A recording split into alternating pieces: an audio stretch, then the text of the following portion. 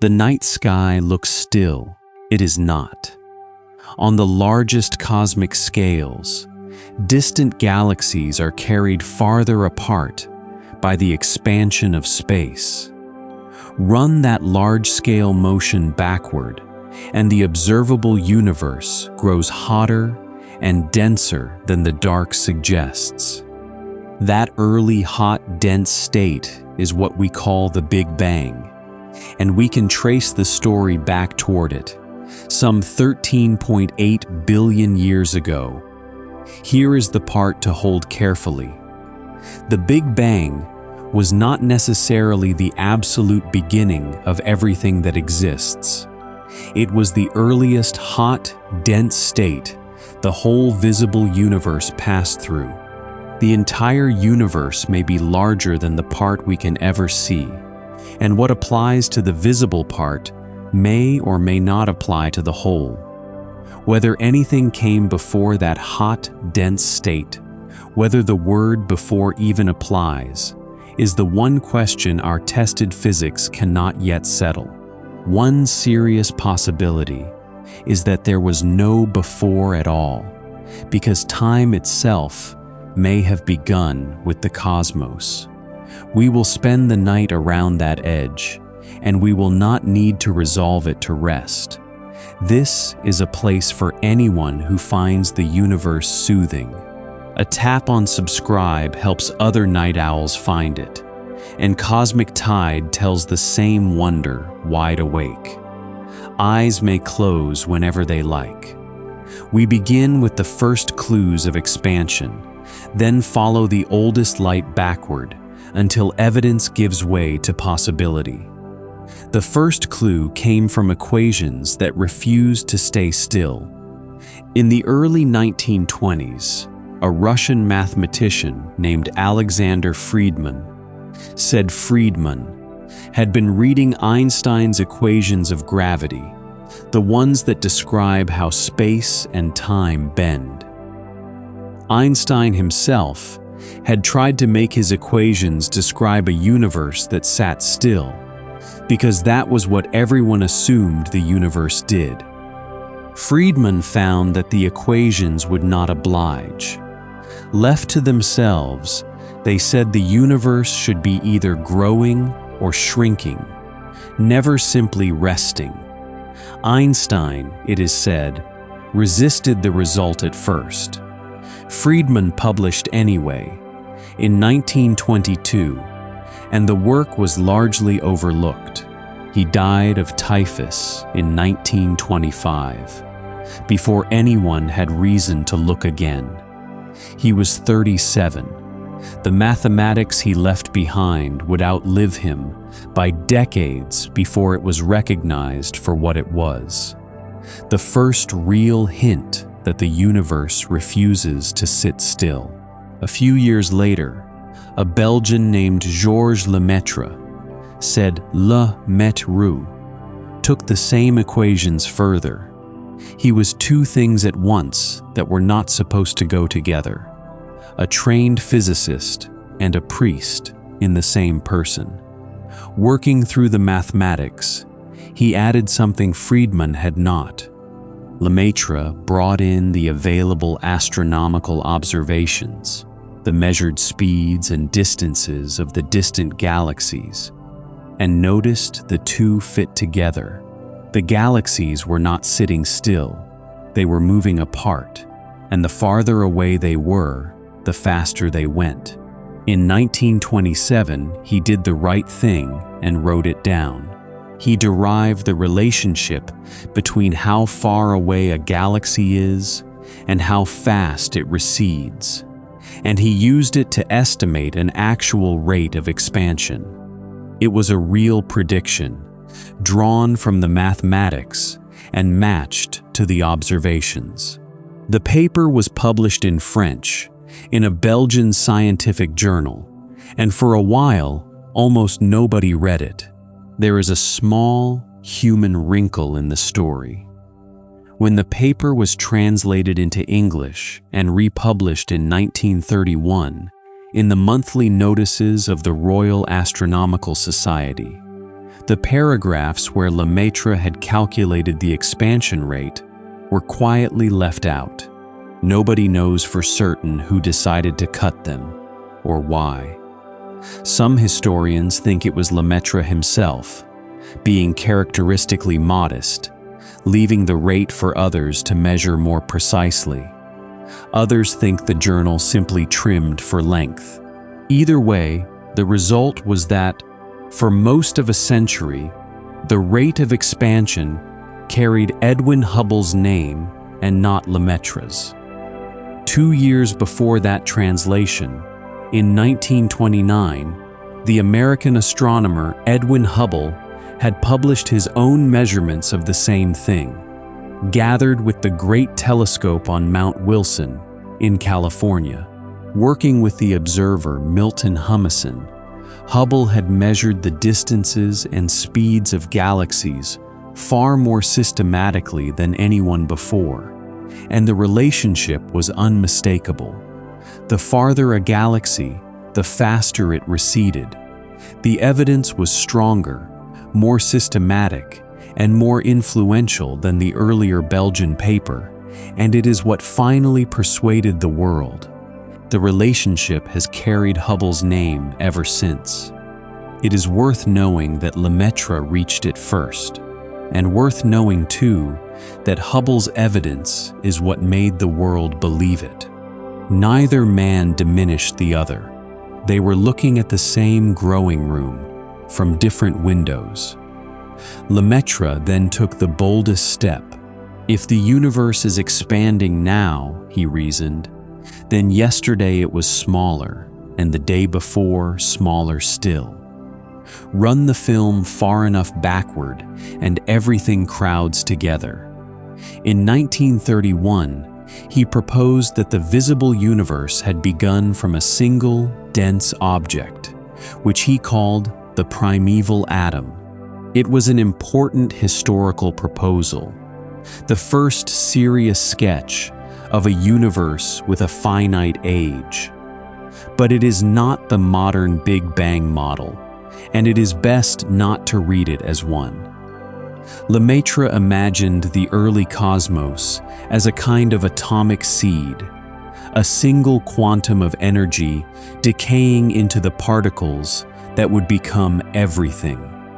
He did not claim, and the modern model does not claim, that all of existence was compressed into an ordinary physical point, sitting inside a larger empty space. It was a beginning, suggested by the equations, told in the language of the physics of his day. Not everyone loved the idea. One British astronomer, Fred Hoyle, thought a universe with a sudden start sounded almost silly. On the 28th of March, 1949, during a BBC radio broadcast, Hoyle used a phrase to contrast this model with the one he preferred. He called it the Big Bang. The phrase is often remembered as mocking, and for decades people repeated that he had coined it as an insult. The truth is more careful than that. Hoyle was contrasting the Big Bang model with steady-state cosmology, and the phrase was vivid enough to stick. He later denied that he had meant it as a slight. Historians still argue about his tone that night. Either way, the name outlived every argument against it, which is the sort of small joke the universe seems to enjoy. The steady-state model deserves a moment because it was a real scientific theory and not a stubborn refusal.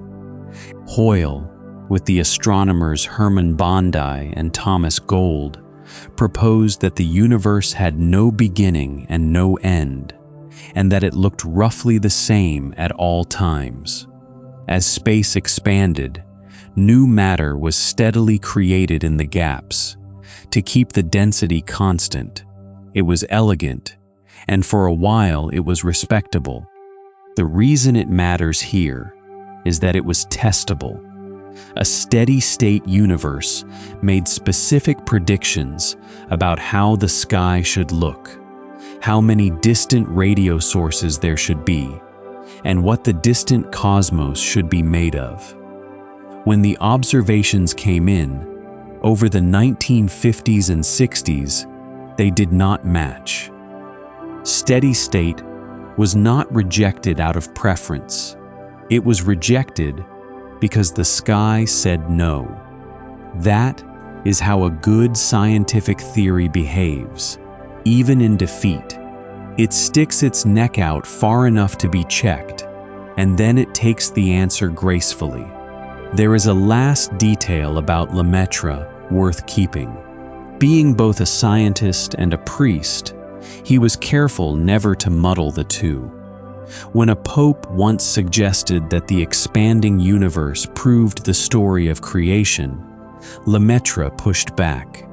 He argued that science should be left to stand on its own, neither propping up faith nor knocking it down.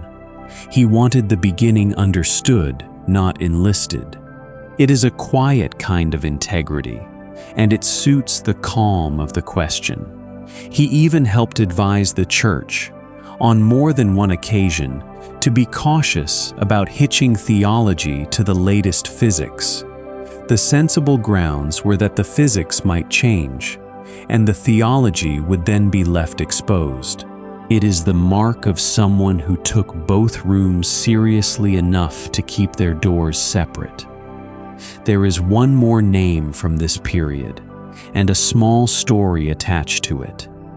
When Einstein first wrote his equations of gravity, he disliked that they refused to sit still, so he added a small term by hand, a kind of mathematical counterweight, to hold the universe steady and unchanging, the way everyone assumed it was. When the galaxies turned out to be flying apart after all, he removed it. According to a later recollection by the physicist George Gamow, Einstein came to call that added term the biggest blunder of his life. The quote is second-hand, told by Gamow years afterward, and there is no direct written record of Einstein saying it. He may have said it in conversation, or Gamow may have polished the story for effect. Scholars have gone back and forth on it for decades. Either way, the lesson holds. The universe had wanted to move all along, and he had told it not to. So that is where the trail begins.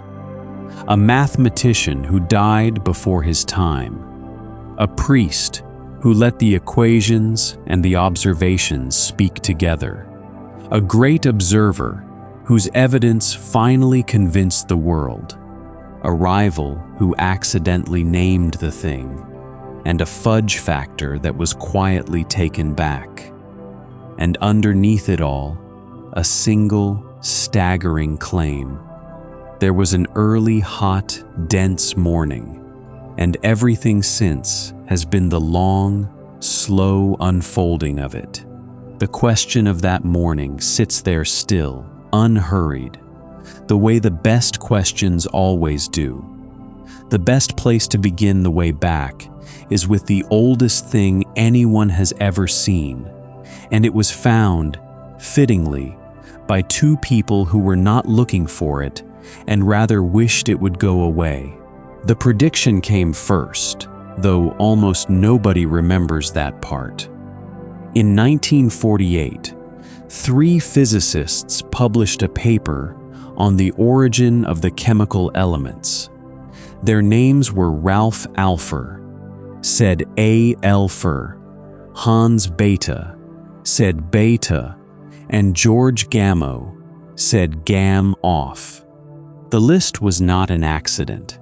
Gamow, who loved a joke, had added Bethe's name so that the authors would read like the first 3 letters of the Greek alphabet: Alpha, Beta, Gamma. The paper appeared on the 1st of April 1948, which only made the joke better. Beneath the humor, though, was a serious idea. A hot, dense early universe should have forged the lightest elements in its first minutes. in particular proportions. Alpher, working with Robert Herman, went further.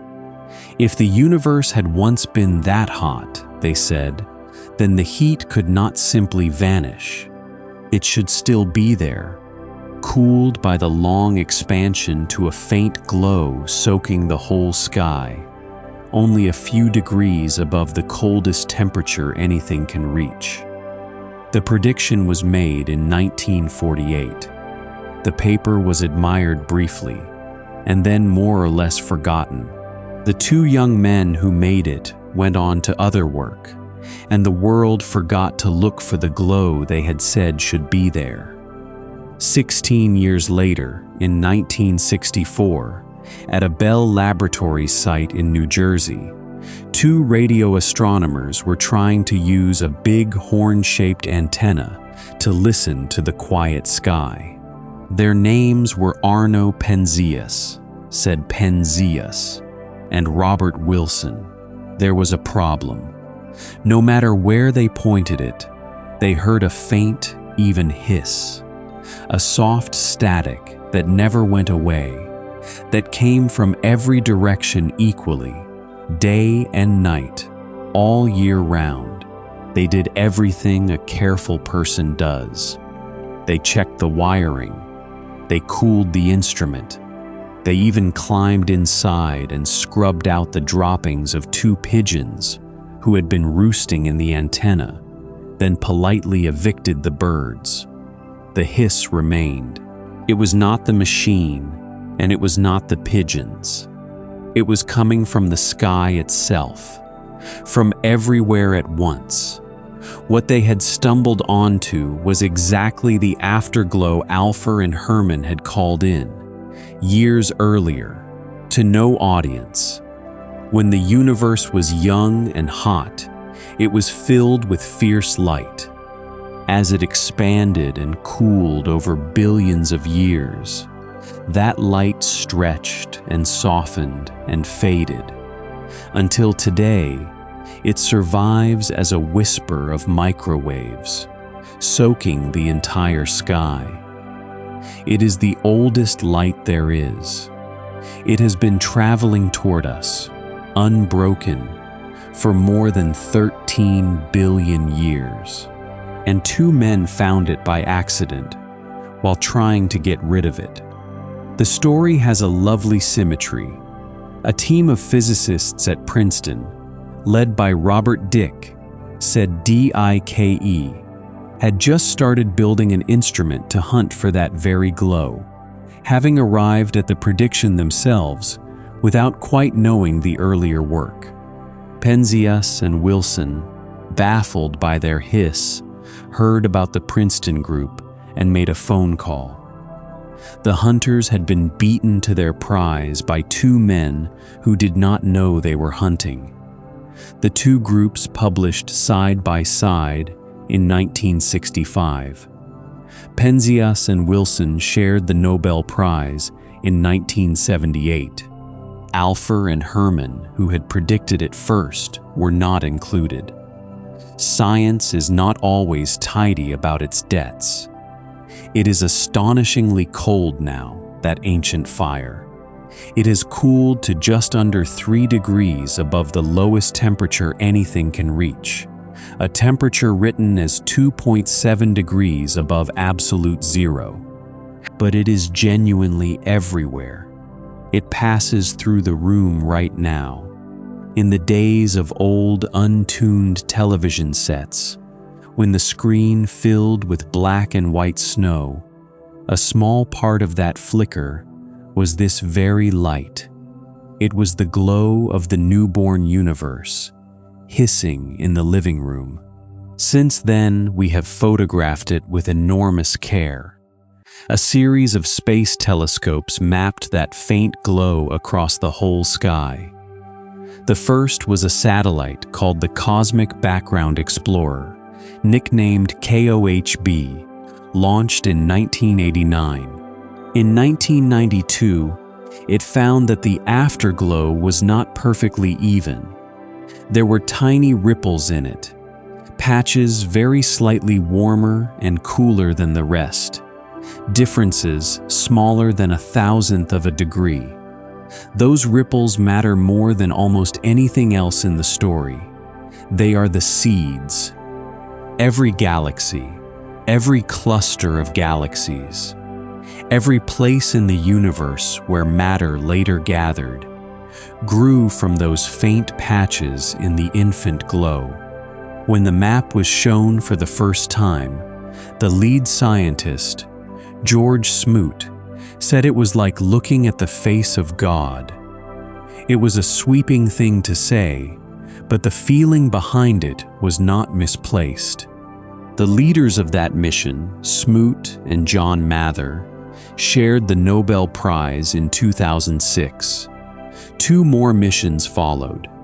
WMAP, launched in 2001, measured those ripples in finer detail and pinned down the age of the universe and its basic ingredients with new precision. Then the European Space Agency's Planck satellite, launched in 2009, refined the picture further still. Each mission took the same ancient light and read it more closely, the way a steady hand brings a photograph into focus. The broad picture never changed. The detail grew sharper every time. ACT's final major release came in March of 2025 from a telescope high in the dry mountains of Chile. The Atacama Cosmology Telescope had gathered observations from 2007 until 2022, completing about 15 years of work. Its final maps covered a vast stretch of sky in 3 frequency bands and measured polarization with substantially lower noise than Planck. It was, in effect, the oldest portrait of the cosmos, developed at higher resolution. A word on polarization, because it sounds technical and is not.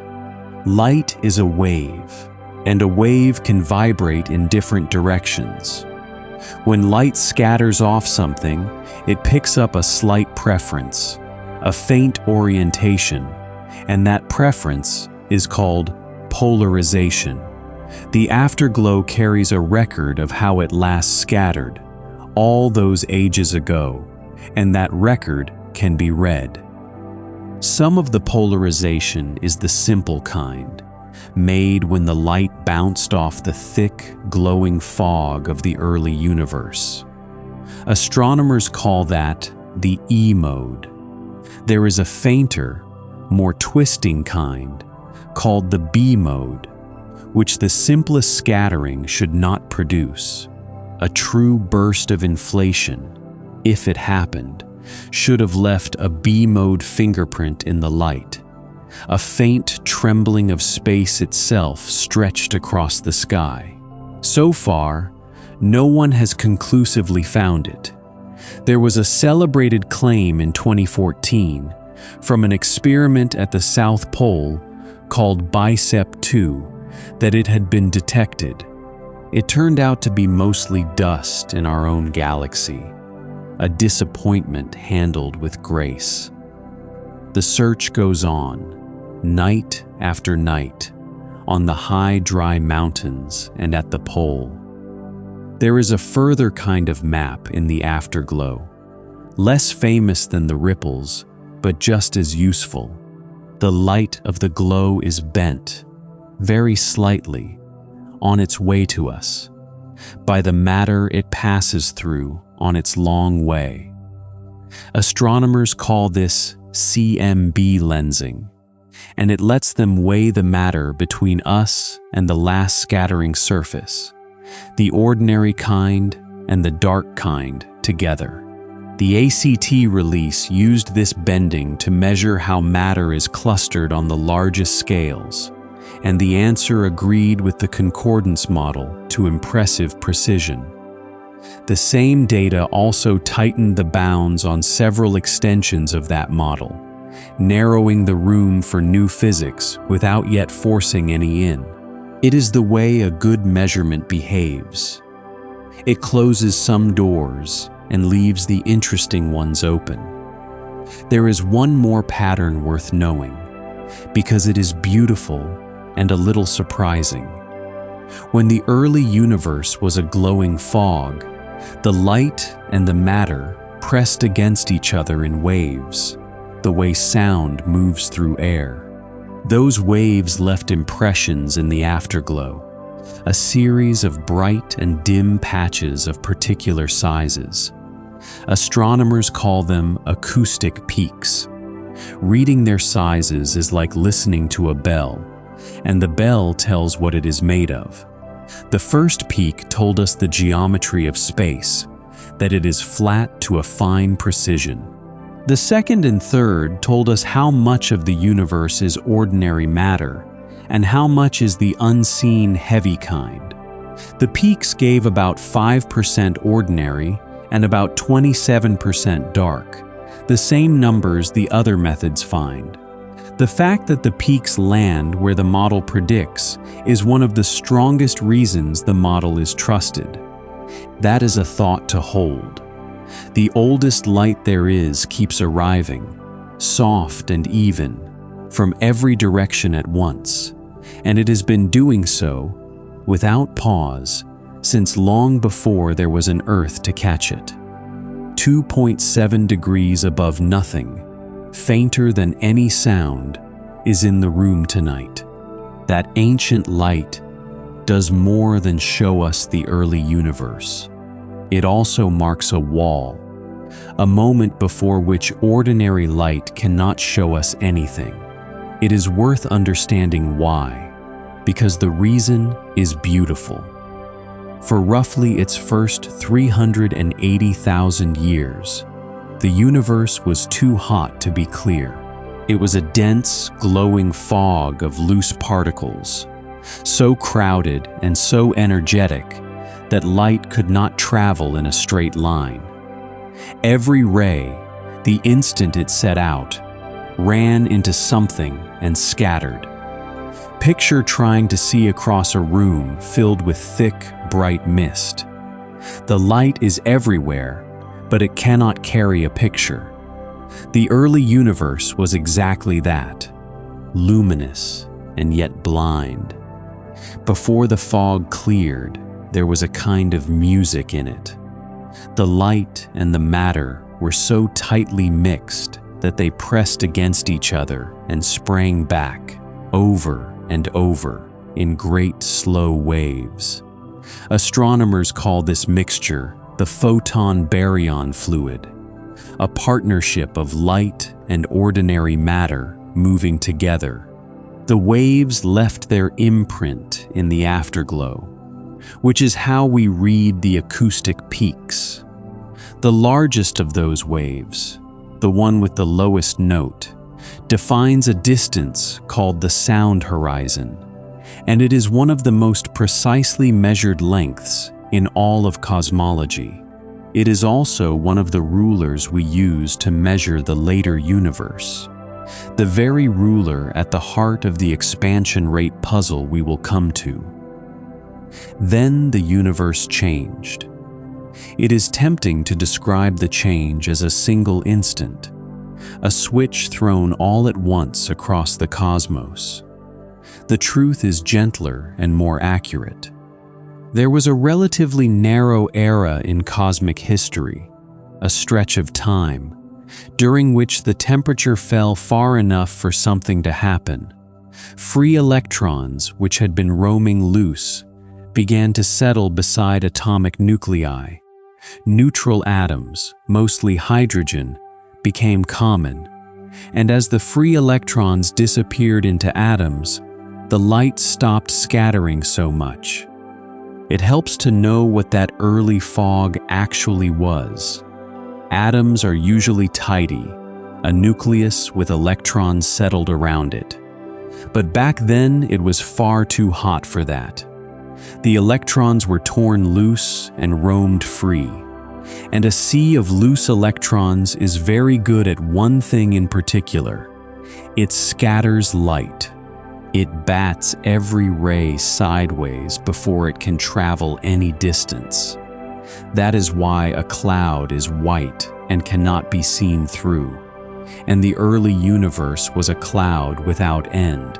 When things cooled enough for the electrons to finally settle down beside the nuclei, that scattering simply eased off. The light that happened to be flying at that time was suddenly free, and it has been flying ever since. Astronomers call the era recombination, which is a slightly funny name, since the electrons had never been combined with anything before. The name stuck anyway, the way names do.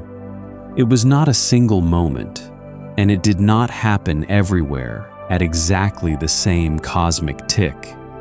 It happened across a stretch of time and across a layer of space, which gives the wall of light a small but real thickness. Astronomers call that layer the last scattering surface, and like any surface seen through fog, it is a little blurred. The oldest portrait of the universe is sharp enough to read, but it is not razor clean. It carries the softness of a real, extended era, not the crispness of a single flash. Back then, the whole sky glowed a dull red hot, around 3,000 degrees, like the surface of a cool, dim star seen from inside. The stretch of space since then is enormous. Astronomers describe it with a number called the redshift, written as Z. The afterglow comes to us from a redshift of about 1100, meaning the light's waves have been stretched to roughly 1101 times their original length.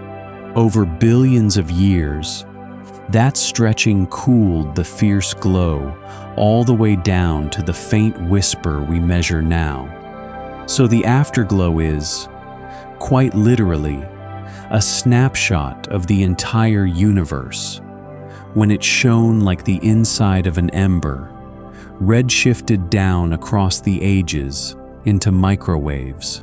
This is the reason we cannot see any further back with ordinary light. It is not that our telescopes are too weak, or that the light is too faint. It is that before that era, there was no clear light to catch. The universe kept its own first chapter behind a curtain of mist.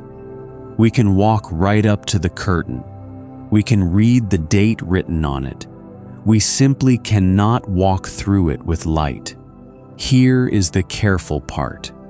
The wall is a wall for light, not a wall for every possible form of observation. There are other messengers that might, in principle, carry earlier information. Primordial gravitational waves, ripples in the fabric of space itself, would not have been blocked by the glowing fog, because they do not interact with matter the way light does. If a true burst of inflation happened, it should have left such ripples, and finding them would let us see further back than light ever can. Relic neutrinos, too, the faintest and most elusive particles, if they could ever be caught from that early time, might carry a record from before the wall. No confirmed earlier image currently exists, but the door is not bolted. It is only closed to light, and light may not be the only key. There is something restful in a limit like that. Not every door is meant to be opened tonight. The wall of light stands there as the earliest electromagnetic portrait currently available to us. Beyond it, the first chapter remains hidden from light, though other messengers may one day carry information from further back.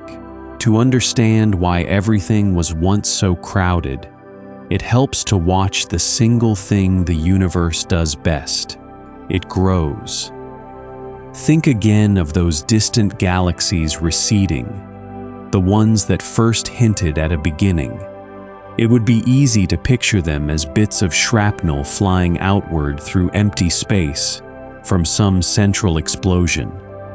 That picture is wrong, and the truth is stranger and calmer.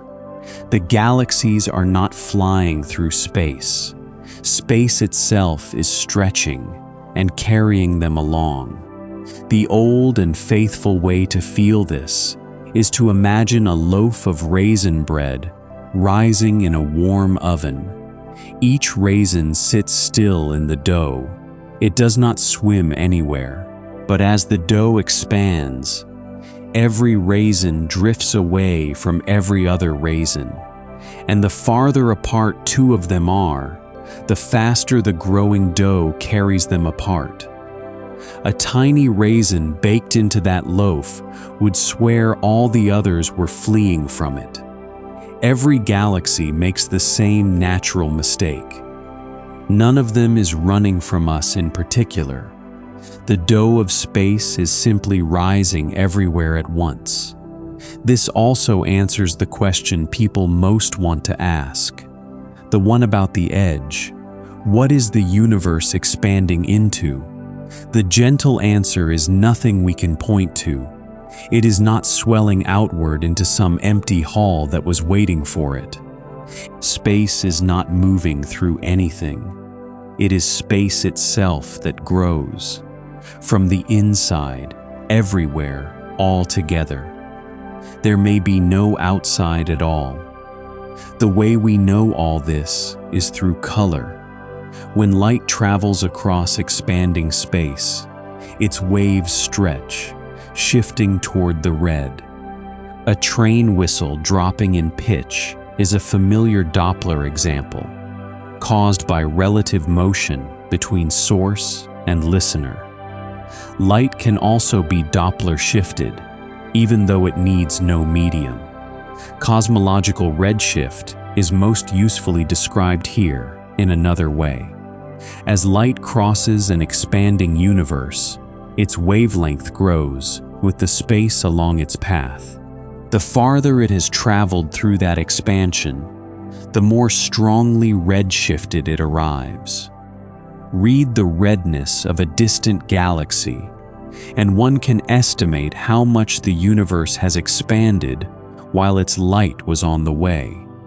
That measurement first revealed the growing cosmos, and it still does the work today. There is a wrinkle in it, and it is worth knowing, because it is one of the live puzzles of the field. When we measure how fast the universe is expanding using the nearby galaxies, with methods that step outward rung by rung on a ladder of distances, we get one answer. The ladder runs from the parallax of nearby stars to a class of pulsing stars called Cepheids, to the brilliant explosions of white dwarfs called Type Ia supernovae, each rung calibrating the next. A long-running calibration program, led by Adam Rees, has climbed that ladder with great care. Its answer is roughly 73 kilometers per second per megaparsec, which is to say, for every 3.3 million light-years of distance, a galaxy recedes about 73 kilometers per second faster. When the same rate is inferred from the ancient Afterglow and the large-scale pattern of galaxies, the answer is smaller. This route uses the sound horizon as an early cosmic ruler and baryon acoustic oscillations as its later imprint, an approach often called the inverse distance ladder. Within the standard model, it gives a value near 67. The two answers are close, but the difference is persistent. Astronomers call it the Hubble tension. Nobody yet knows why. Some careful people think the gap is a small error, hiding somewhere in the measurements, a rung of the ladder slightly mislaid. Others wonder if it is a hint of something missing from our understanding, a new ingredient in the early universe, or a change in how space behaves at late times. The most recent attempts, including new measurements anchored by the James Webb Space Telescope, have not closed the gap. They have, in some cases, narrowed it, and in others confirmed it. Theorists have proposed dozens of ways out, from new kinds of early dark energy to subtle changes in the neutrino content, and so far, none has carried the day. It is the sort of loose thread that, one day, might unravel into something wonderful. For tonight, it is simply a reminder that the story is still being measured. There is one more thing to keep straight, because the expansion is not the whole story of motion out there. Cosmic expansion dominates on sufficiently large scales, across the vast distances between galaxy clusters. Everything is receding from everything else. But nearby, where gravity has had time to bind things together, the picture is different. The Milky Way and the Andromeda Galaxy are near enough and massive enough that their mutual gravity holds them. They are not being pulled apart. They are, in fact, slowly approaching and will one day merge. The same is true for the small cluster of galaxies we belong to. Bound systems do not expand with the background. The loaf rises, but the raisins that have stuck together stay stuck, so the room keeps growing. On the largest scales, whether anyone is there to measure it or not, and on the smaller scales, where gravity has its say, things fall together instead. Both are true at once. Press back past the clearing fog, into the first hour of everything, and the universe becomes a furnace, long before there were atoms, before there was even that bright mist. The whole cosmos was a searing soup of the smallest particles, packed unimaginably tight and hot. In those first moments, the temperature was beyond anything that exists anywhere today. And in that furnace, in a window that lasted only about the first 3 minutes, the universe did its earliest cooking. But something stranger had already happened, in the very first flicker, long before those 3 minutes were up. In that first heat, matter came into being in enormous amounts, and so did its mirror opposite, a kind of antimatter. The two destroy each other on contact, flashing into pure light. Had they been made in perfectly equal amounts, they would have canceled out completely and left a universe of light and nothing else. No stars, no worlds, no one to wonder about any of it. But they were not quite equal. For roughly every billion particles of antimatter, there were about 1,000,000,001 particles of matter.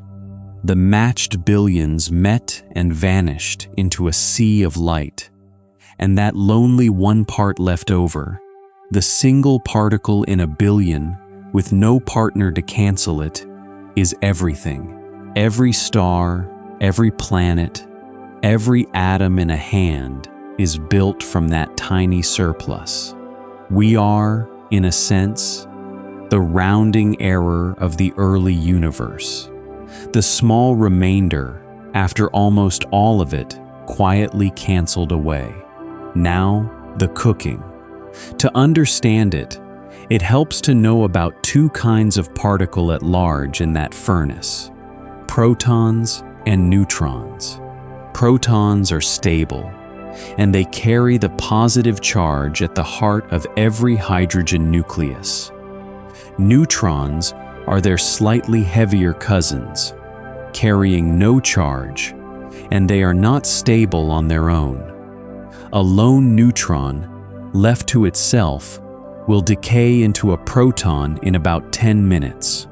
In the very first instance, the universe was so hot that protons and neutrons were converting back and forth freely, in roughly equal numbers. As the temperature fell, the conversions slowed, and the balance began to favor protons, because the heavier neutrons were slightly harder to make. By the time the cooking began, there were about 7 protons for every neutron. That ratio is the seed of the whole recipe. The timing is delicate, and it is worth feeling the pace of it. In the first second, the universe was hot enough to keep protons and neutrons converting back and forth, and the balance tracked the temperature closely. As the cosmos cooled, that back and forth slowed, and the heavier neutrons began to decay.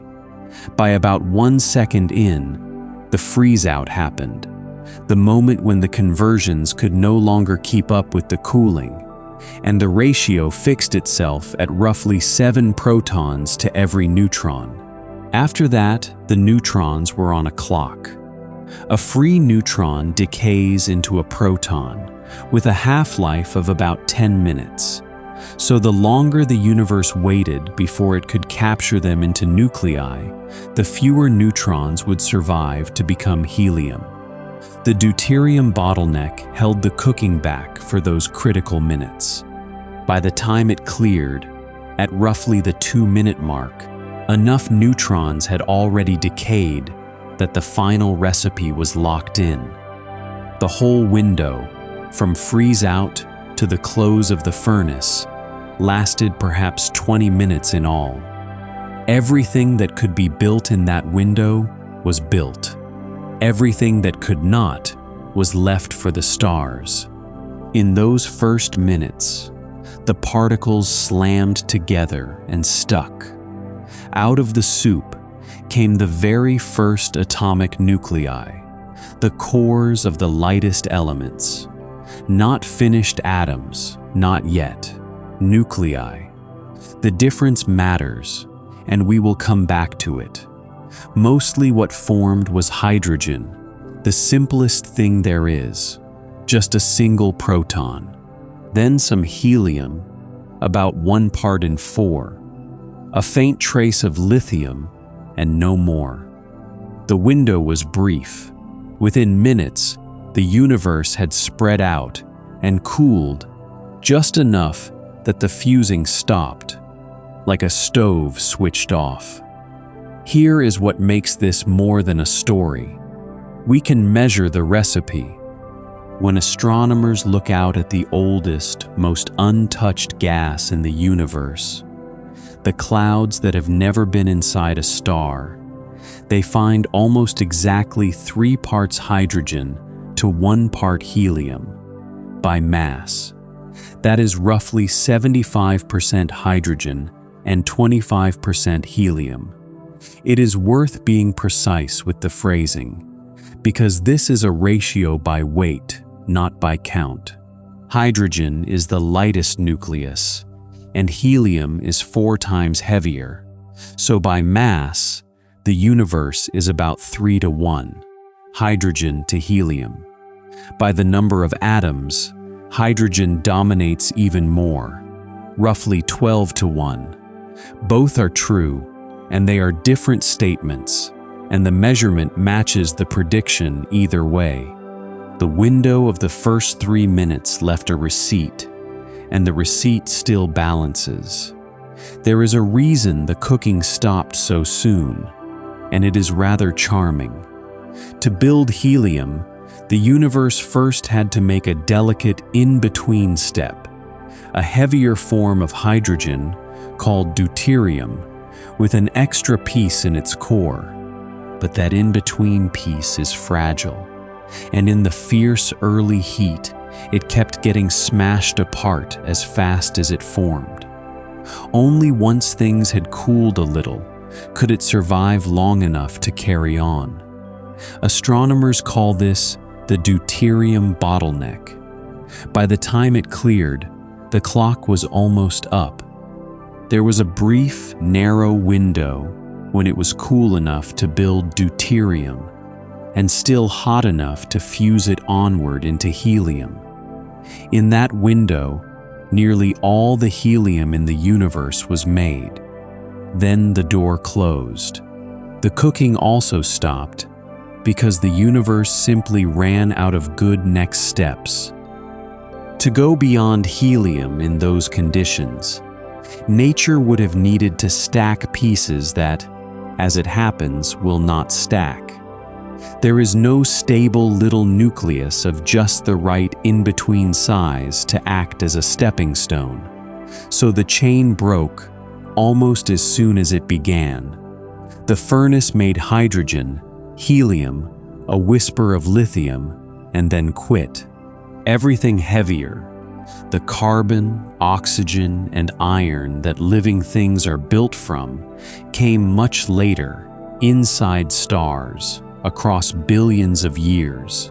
There is one genuine puzzle tucked into this otherwise tidy story.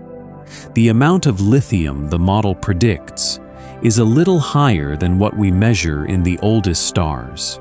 Not by much, and not in a way that threatens the overall picture, but enough to nag at careful people. It is called the primordial lithium problem. Some think the oldest stars have simply processed their lithium away over the long ages, burying it deep or burning it. Others wonder if the nuclear rates in the model need a small adjustment. Nobody is alarmed. It is the kind of small mismatch that keeps the science honest. The way the recipe is tested is one of the quiet marvels of modern astronomy. The oldest, most pristine gas is too faint to see directly. Sometimes it lies between us and a distant, brilliant source of light called a quasar, the glowing core of a far-off galaxy, powered by a black hole.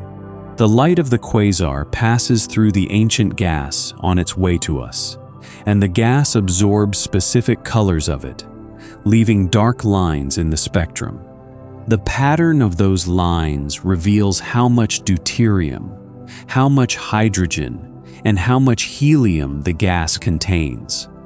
Astronomers have measured this in only a handful of such systems, but the numbers line up with the prediction to impressive precision. The receipt, written in the first 3 minutes, is still legible in light from quasars today. A word about the water on the nightstand, because it is worth getting right. Pour a glass of water tonight.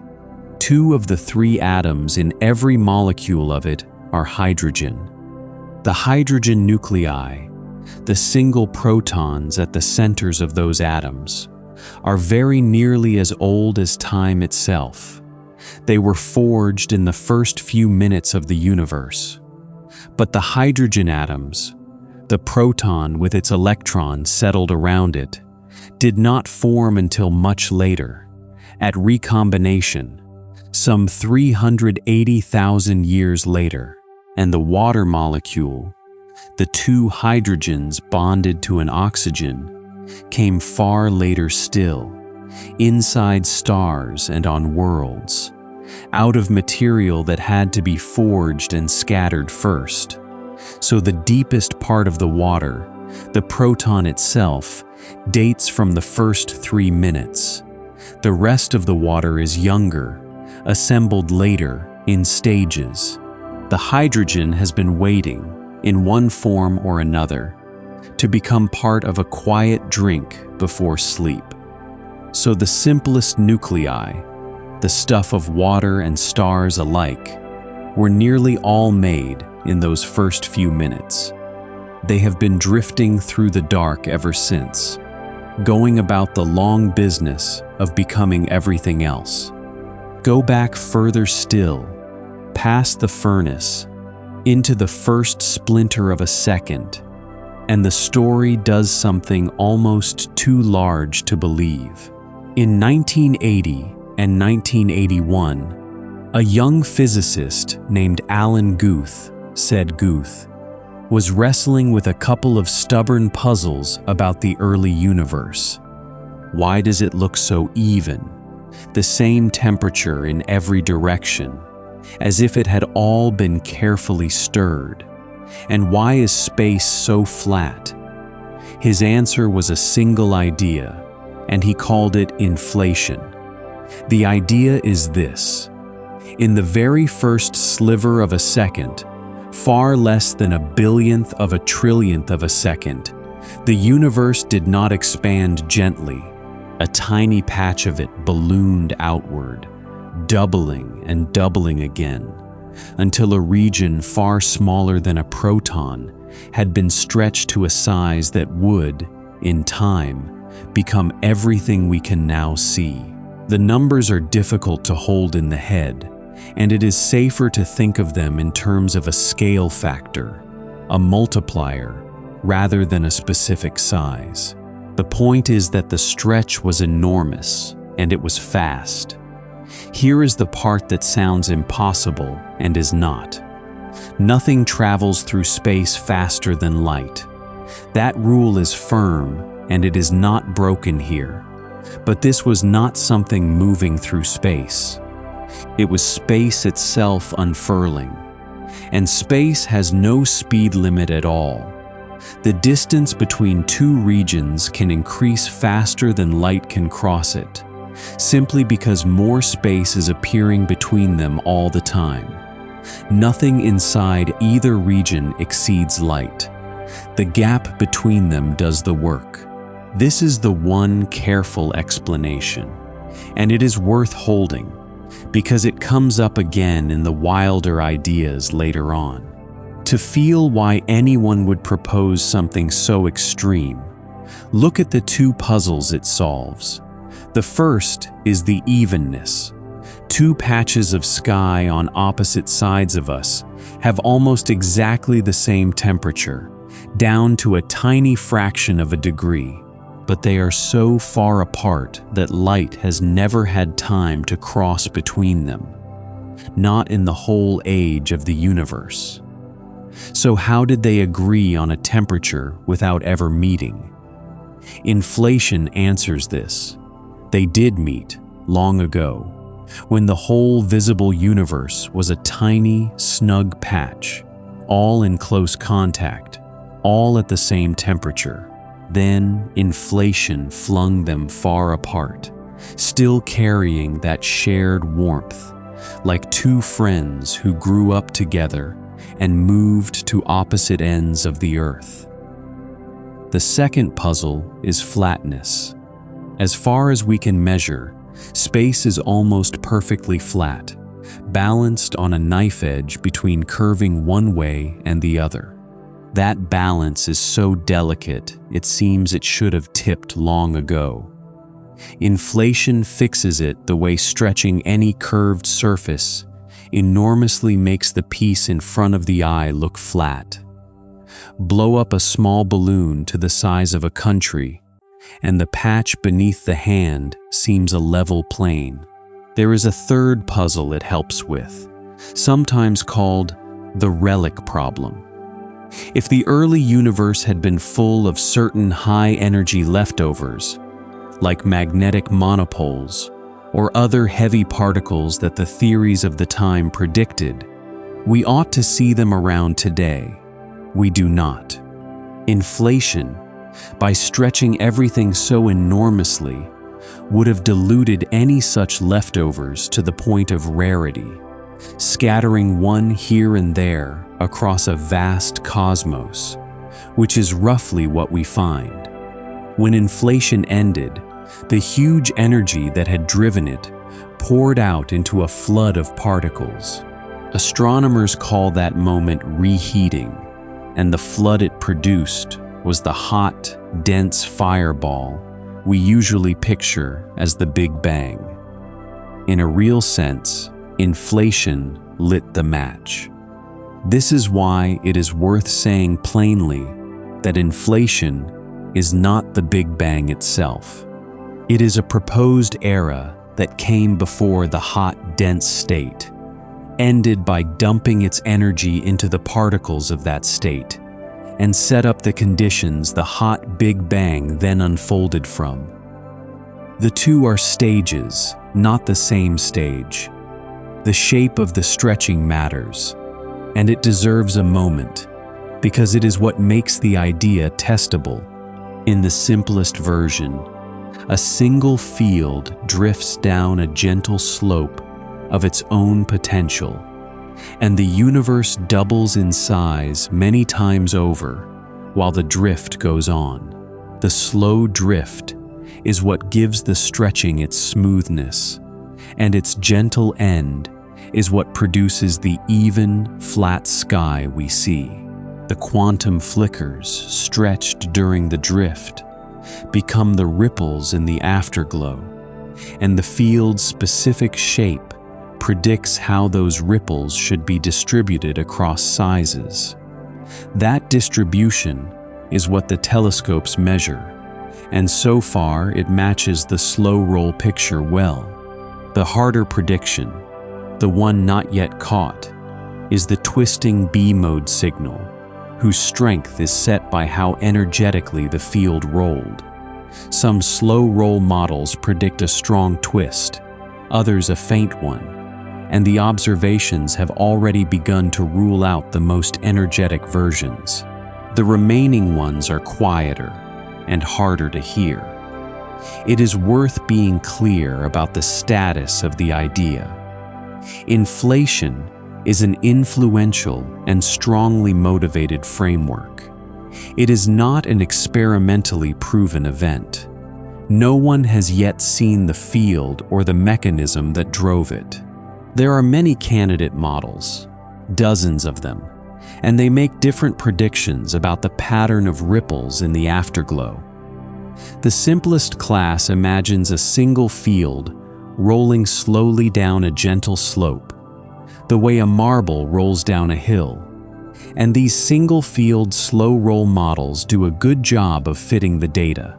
But there are many variants, with different shapes of slope, different numbers of fields, and different ways of ending. They do not all agree on the details. The pattern we measure is consistent with a good number of these models. That consistency is strong support, but it is not a unique proof, because several different models agree with the same data. And the most distinctive fingerprint of all, the twisting B-mode polarization that a true burst of inflation should have left in the ancient light, has not yet been conclusively detected. The models predict a particular strength for that signal, described by a number physicists call the tensor-to-scalar ratio, written as R.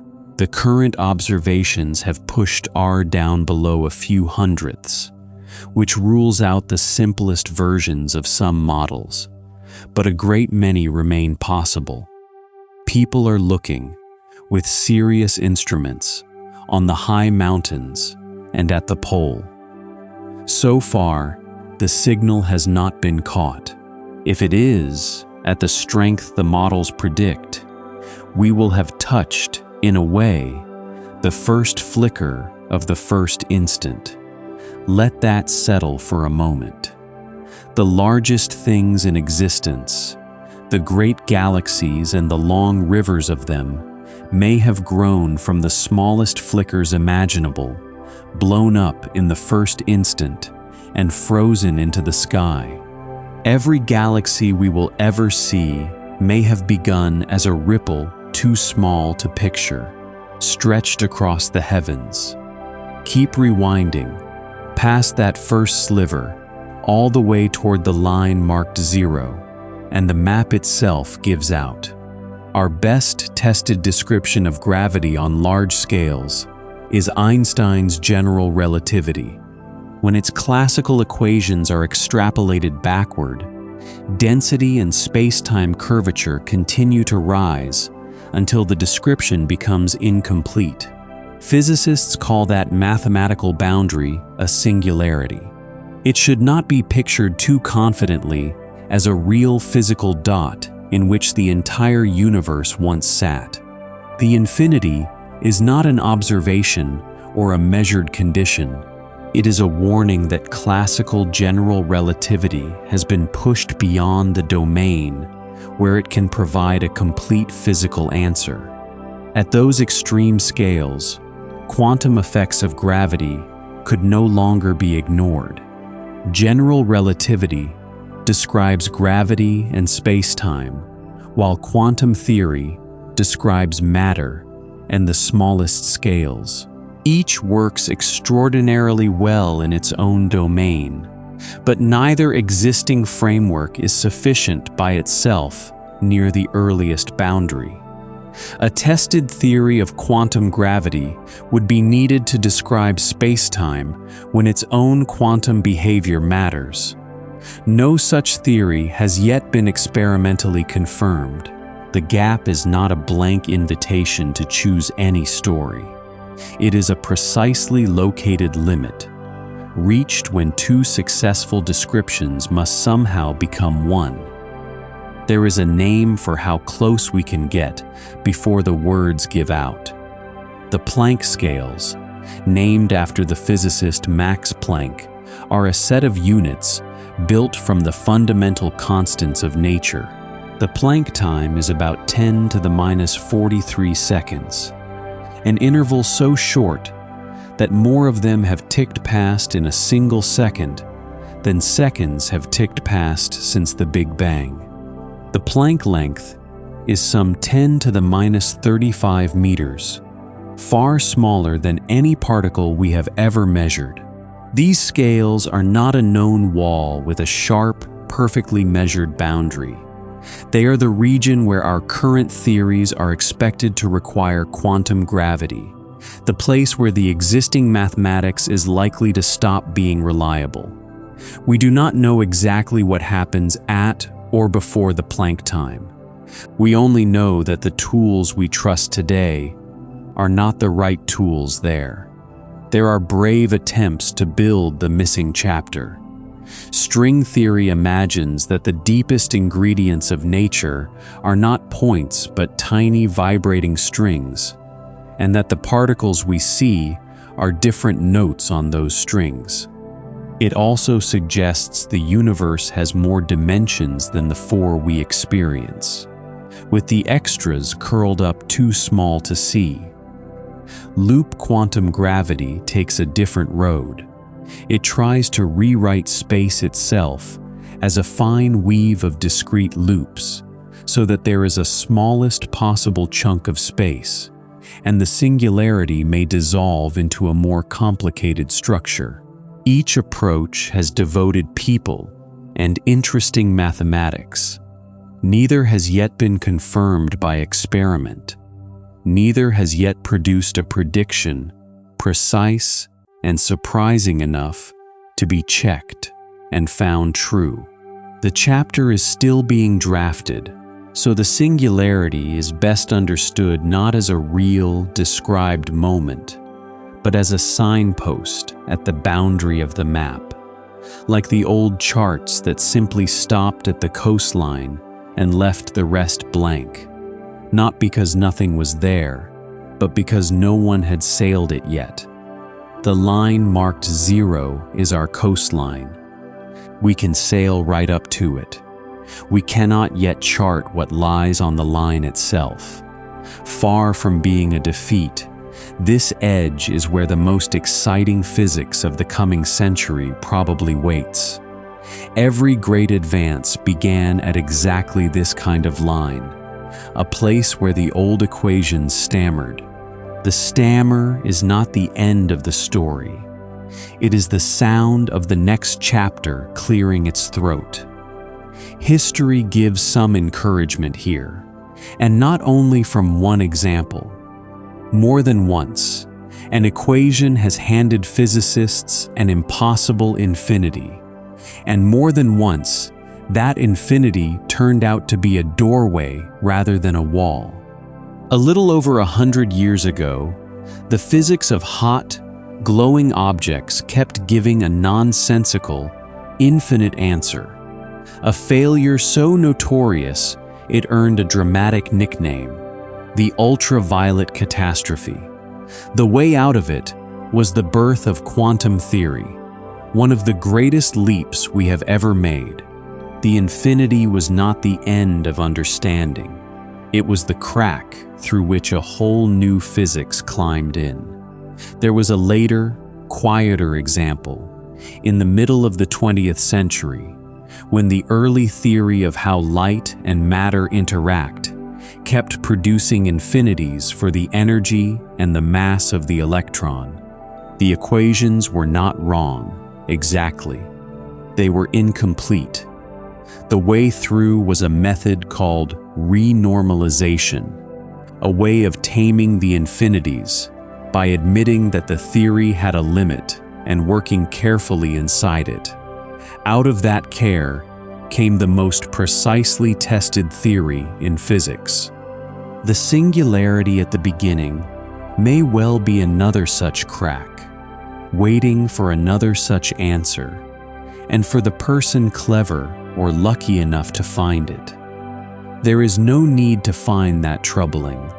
The universe keeps its very first page to itself, written in a language no one has quite learned to read yet. If the beginning is where our map ends, then the question of a before may be stranger than it first sounds. It may not really be a question at all. Here is the idea, and it is a calm one. We tend to imagine time as a long road stretching endlessly in both directions, with the Big Bang sitting somewhere along it, an empty road behind it. But what if time is not a road the universe sits on? What if time is a feature of the universe itself, something that came into being with it? If that is so, then there was no empty road behind the beginning, because the road only starts where the universe does. The question before would have nowhere to live. The physicist Stephen Hawking had a memorable way of putting this. Asking what came before the Big Bang, he said, may be like asking what lies north of the North Pole. A walker can go north and north and north and eventually reach the pole, and then simply cannot go any farther north, not because a wall stands in the way, but because there is no more north to be had. The direction runs out. In the same way, time can be traced back and back toward the beginning, and then there may simply be no more before to reach. It is worth being careful with the analogy. It is a way of pointing at the idea, not a proof of it. The North Pole is a real place on a real globe, and time is not a globe. The comparison helps because both are about a direction that runs out, not about a wall. But the analogy alone does not settle whether time actually began. It only shows what it would mean if it did. In 1983, Hawking and a colleague named James Hartle turned the idea into a serious proposal. They suggested the universe has no sharp starting edge in time at all. Instead, near the very beginning, time becomes soft and rounded, curving smoothly the way the surface of a globe curves near its pole, with no corner and no first point. A universe finite in age, yet with no true edge to stand at and ask what came before. To make the idea work, they used a mathematical trick. Near the very beginning, they let time behave less like a marching clock and more like another direction of space, something one could turn around in rather than a line with a starting end. They called this imaginary time, which is an unfortunate name because it does not mean made up or fake. It means time treated with a particular mathematical operation, the kind that turns a line into a plane. When time is treated that way, the sharp first moment softens into a smooth curve, and the awkward question of what came before it simply has nowhere to live. They described the result as a universe entirely self-contained, with no boundary and no edge, neither created nor destroyed, simply existing, a cosmos that does not need a first push from outside, because there is no outside and no before for a push to come from. It is important to label this plainly. The no-boundary proposal is speculative. It is one serious possibility among several, and it has not been experimentally confirmed. The mathematics is difficult, and there is real disagreement among experts about what the proposal even predicts, let alone whether it could be tested. Some physicists think it leads to a universe very like ours. Others have argued it leads to a universe with the wrong properties, one in which the cosmos would be empty or featureless. The debate is technical and not yet settled. There are also rival proposals in the same family, including Alexander Vilenkin's idea that the universe tunnels into being from nothing, which we will come to. The no boundary and the tunneling pictures are cousins, not twins, and they do not always agree. Nobody knows if any of this is right. It may never be testable in the direct way we test the expansion or the afterglow, but there is something restful in it. A universe that simply is, complete and whole, asking for no cause behind it, and no hand to start it. Not every question ends in an answer. Some questions, held gently enough, simply lose their footing and dissolve, and the question of before quietly loses its footing here, which is not a loss so much as a kind of peace. Beyond the edge of the map, the scientists do not stop thinking. They simply change the kind of thinking they do, from measuring to imagining, and the good ones say so plainly. What follows now is a small handful of beautiful guesses. Nobody has proven any of them. They are told here for the pleasure of the thought, the way one might turn a smooth stone over in the dark. Here is the first. Maybe the universe emerged without any earlier classical space or time. The first step is to separate that possibility from the quantum vacuum. A quantum vacuum is not literal nothing. It is the lowest energy state of quantum fields, with structure, mathematical properties, and physical laws already present. Fields can fluctuate in that state, and excitations can appear within it, but the vacuum is already a physical arena. It is not the absence of every place, every rule, and every possible event. The distinction matters, because a universe forming inside a quantum vacuum would still be forming inside something. In 1982, Alexander Vilenkin said Vilenkin proposed a more radical quantum cosmological model. In the mathematics, a small closed universe could emerge through tunneling from a state with no ordinary classical spacetime. This is not the same process as a particle-like excitation appearing inside a pre-existing vacuum. Tunneling is the mathematical name for a quantum transition between possible states. It is not an object digging through a wall, crossing a hidden corridor, or arriving inside an empty room. The model describes a transition into a tiny geometry that can then expand. Once such a geometry exists, an inflationary phase could enlarge it enormously and lead into the hot, dense history already described. Even the phrase "from nothing" needs care. The proposed initial state contains no ordinary clock, no familiar distance, and no classical background in which an event unfolds. That makes it stranger than an empty room. But the proposal still has a mathematical framework, quantum rules, and a way of assigning possibilities. Those ingredients are not nothing in the philosophical sense.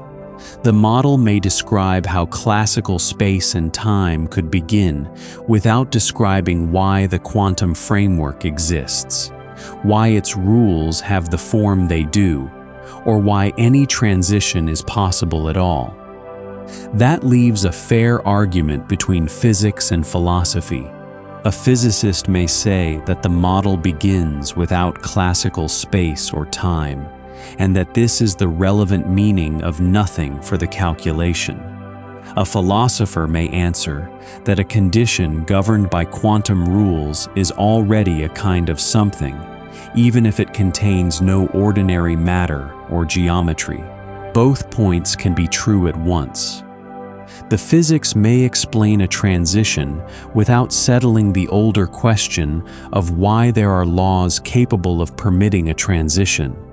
It may move the mystery from the first moment of the universe to the existence of the framework itself.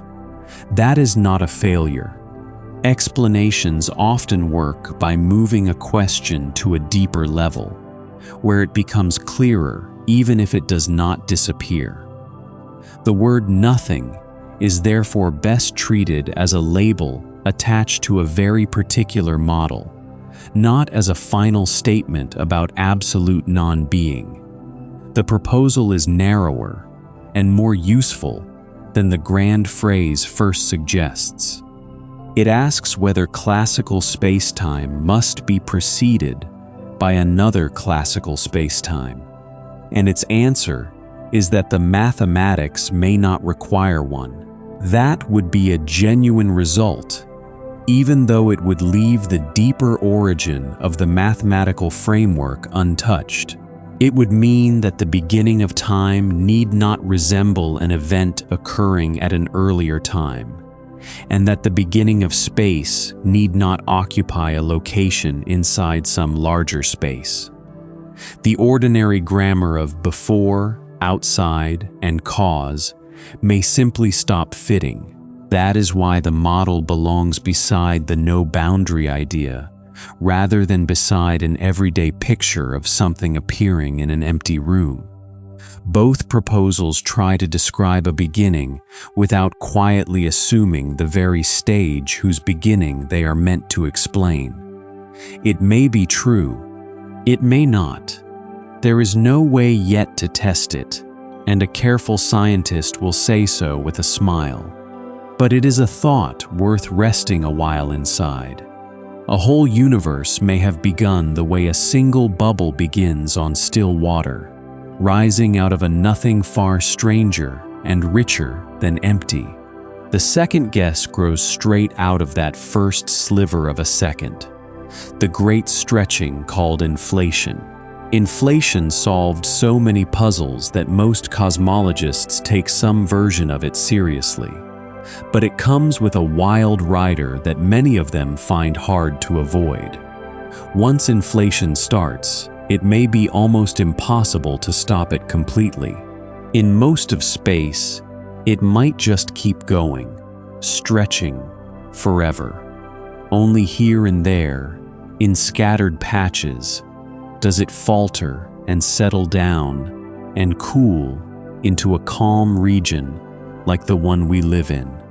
Each of those calm patches would look, from the inside, exactly like its own Big Bang. The mechanism has a name. Physicists describe it as false vacuum decay. The energy driving inflation sits in a kind of field, and that field is in a state that is not quite the lowest it can reach. It is like a marble resting in a small dimple on the side of a hill. Given enough time, the marble can tunnel out of the dimple and roll down to the true bottom. When it does, in some small patch, inflation there ends, and the energy pours out as the hot, dense fireball of a new Big Bang. Astronomers call the ending of one such patch a bubble nucleation. The bubble is the calm region, our kind of cosmos, surrounded by still stretching space. If that is right, then inflation never really ends. It goes on somewhere, always, endlessly budding off new patches, each one becoming its own universe with its own beginning. Our Big Bang would be just one of them, one bubble settling out of an endless, ever-stretching foam. People have given this the plain and enormous name of the multiverse. It is worth being careful and clear here. This is not established fact. It is a possibility that falls out of the mathematics of some, though not all, inflationary models. Clever people argue about whether it is real or merely a quirk of the equations. We could not visit these other bubbles, even if they exist. The stretching carries them apart faster than any signal could ever cross, so each is sealed off, alone, for as long as anyone can foresee. This is the testability problem, and it is a serious one. A picture we can never, even in principle, check by observation, sits at the edge of what we can fairly call science. Good people disagree about whether it belongs there at all. There is a deeper difficulty too, called the measure problem. If there are countless bubbles, each possibly infinite, then asking how likely we are to see any particular thing becomes a question of how one counts over an infinity. Different ways of counting give different answers. The mathematics has not yet agreed with itself. This is not a small loose end. It is one of the reasons many physicists remain cautious about the whole idea, even when they find it compelling. There is a connection worth naming, because it comes up often in this corner of physics. Many inflationary models, when combined with string theory, produce a vast set of possible vacuum states, each with its own version of the basic constants. The number of possibilities is not just large, it is extravagantly large, far beyond 1 million or 1 billion. This enormous collection of vacua is one of the reasons the multiverse picture feels natural to some theorists and excessive to others. It is also exactly where the tuning puzzle, which we will come to, finds one of its proposed answers. There is one more reason some scientists keep the idea on the table, and it touches a very old puzzle. Our universe seems oddly well suited to us. A handful of its basic numbers, the strengths of its forces, sit in a narrow range that allows atoms and stars, and, eventually, living things. Nudge them a little and nothing interesting forms. Some find that suspicious, as if it were tuned. A foam of countless bubbles offers a possible answer within the model. If every bubble cools into slightly different laws, then most are barren, a few are hospitable, and of course we find ourselves in a hospitable one. We could hardly have arisen anywhere else. No tuning required, just a very large lottery, and the quiet fact that winners are the only ones around to notice. This is the anthropic argument, and it is reasoning within certain speculative models, not a proof of anything. It does not show that the multiverse is real. It shows how, if the multiverse were real, the tuning puzzle would dissolve. The candid catch is that we may never be able to check any of this. and yet there is a strange comfort in it. If it is true, our universe is not a single fragile event that had to go exactly right. It is one calm bubble among countless others, drifting on, minding its own expansion, in a foam far too large to ever see the far side of. The third guess is perhaps the most soothing of all, because in it, the beginning is not really a beginning. What if the Big Bang was not the first event, but a turning point? What if, before our universe began to expand, there was an earlier universe that had been contracting, falling inward, growing hotter and denser?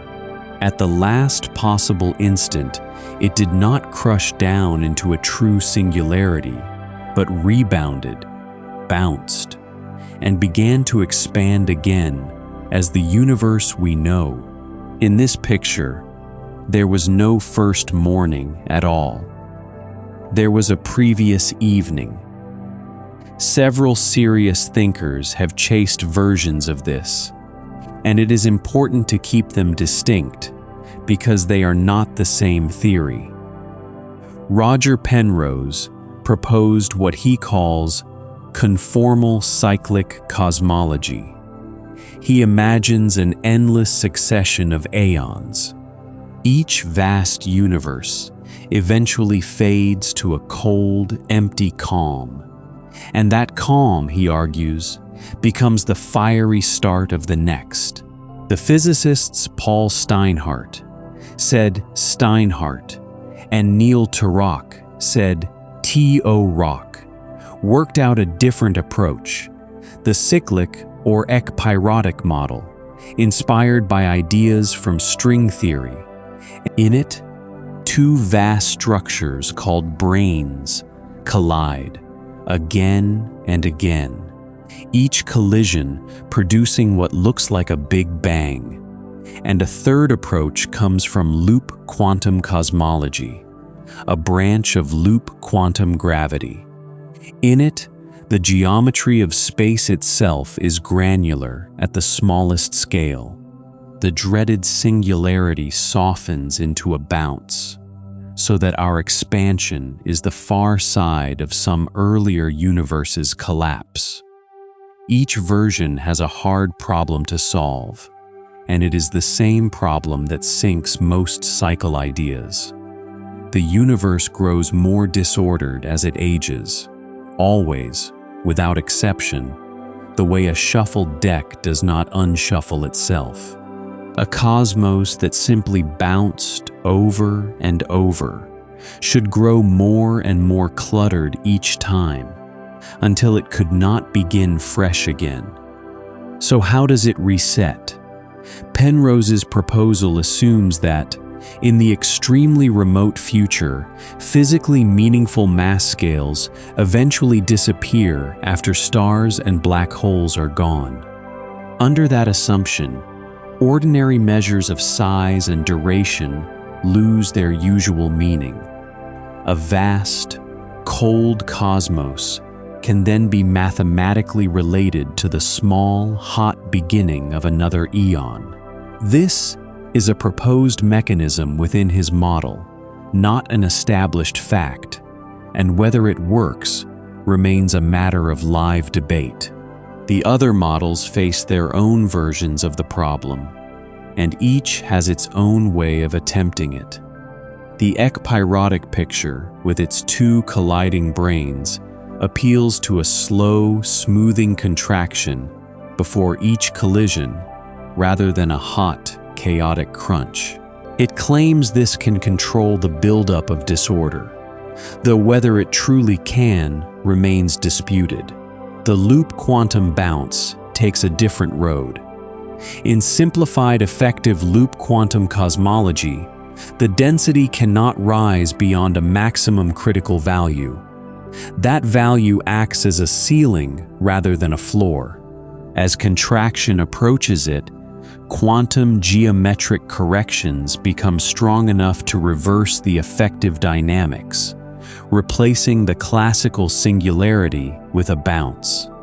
In principle, information from the prior contraction might pass through, and some versions have tried to calculate the trace it would leave. None has produced a result clean enough to settle the matter. There are some things one might look for if one were trying to test these ideas. A cyclic or bounce model might leave faint rings or circles in the afterglow, scars of a previous eon. Penrose and a collaborator claimed to see such patterns years ago in the early CMB maps, though most of the field has not been convinced. A bounce might also leave a different signature in the spectrum of primordial gravitational waves, if those are ever found. A gentle suppression of the longest wavelengths that a true singularity would not produce. These are subtle signals, at the edge of what the instruments can do, and none has been confirmed. The honest position is that the observations are interesting, but not decisive. There is one more careful result that touches all of this, and it is worth stating precisely. In 2003, 3 physicists, Arvind Borde, Alan Guth, and Alexander Vilenkin, proved a result about spacetimes that expand, on average, over their history. They showed that many such spacetimes are geodesically past incomplete. The plain language version is this: if a universe has, on average, been expanding, then tracing its history back may not lead to an infinite past. The history may run out of road. It is a serious and respected result. But it does not say what people sometimes claim it says. It does not establish that the universe was created from nothing, nor does it fix a first physical instant. A singularity is not required either, and it does not rule out a prior phase. What it shows is more limited and more careful. Inflation alone, by itself, may not provide a complete description of the infinite past. Some earlier physics, some other story, may still be needed. That is all it says, and it is enough. Picture what it would mean, though, if one of the cyclic or bounce models turned out to be right. The Big Bang would not be a birth out of nothing, but a breath. The universe would breathe out, slowly, for billions of years, the way ours is doing now. Then, unimaginably far in the future, perhaps breathe in again and again. A cosmos with no true beginning and no true end, only an endless rhythm. So the universe may breathe in and out. And this bright, long exhale we live inside may be only the latest of very many. It would be easy, after all those beautiful guesses, to feel we know nothing at all about the beginning. The opposite is true. Beneath the sky of open questions sits a floor of solid, tested ground, and it is worth standing on it for a moment before we rest. It helps to sort what we have heard into 4 rough tiers, so the certainty of each part is clear. The first tier is direct observation. The afterglow in the sky is direct observation. We measure it, we photograph it, it is there. The motion of the galaxies is direct observation. The second tier is strong inference. We did not see the early universe form hydrogen and helium, but we measure the proportions in the oldest gas, and they match the predictions so closely that the inference is very strong. The third tier is model-dependent interpretation. Inflation, for example, is not observed. It is a model that fits a great deal of what we observe, and the interpretation that it happened depends on accepting the model. The fourth tier is speculation. the no-boundary proposal, the universe from nothing, the multiverse, the cyclic cosmos. These are ideas told for the delight of the thinking, some more developed than others, none confirmed.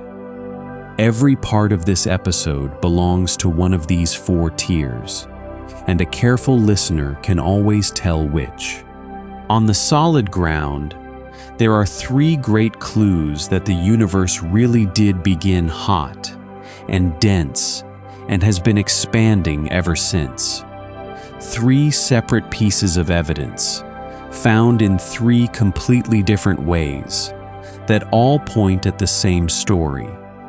The first is the expansion itself. The galaxies really are receding, and rewinding that motion leads back to a crowded, blazing start. The second is the afterglow. A hot beginning should have left a faint warmth soaking the whole sky. When two men went looking for the source of a hiss they could not remove, that is what they found, at the temperature the story predicts. The third is the recipe. A universe forged in its first few minutes should be about 3/4 hydrogen and 1/4 helium by mass. And when we measure the oldest gas out there, that is what it is. There is a fourth agreement too, and it is worth a moment. Those faint ripples in the afterglow, the slightly warmer and cooler patches, should have grown, under gravity, into a particular pattern of galaxies and clusters spread across the sky. When we map where the galaxies actually are, they trace out that pattern. The seeds in the oldest portrait match the garden they grew into. This is the growth of large-scale structure, and it agrees with the other three. Three clues, found in different ways, plus a fourth that ties them to the galaxies we see. They were discovered decades apart by different people using different tools, and they did not have to agree. They do. They all tell the same tale of a hot, dense beginning about 13.8 billion years back, and an expansion that has been unfolding ever since. What is quietly astonishing is that all of it can be captured in a single model with only a handful of numbers. Feed in those few numbers, and the whole history falls out, from the first minutes to the arrangement of galaxies tonight. Scientists sometimes call it the concordance model.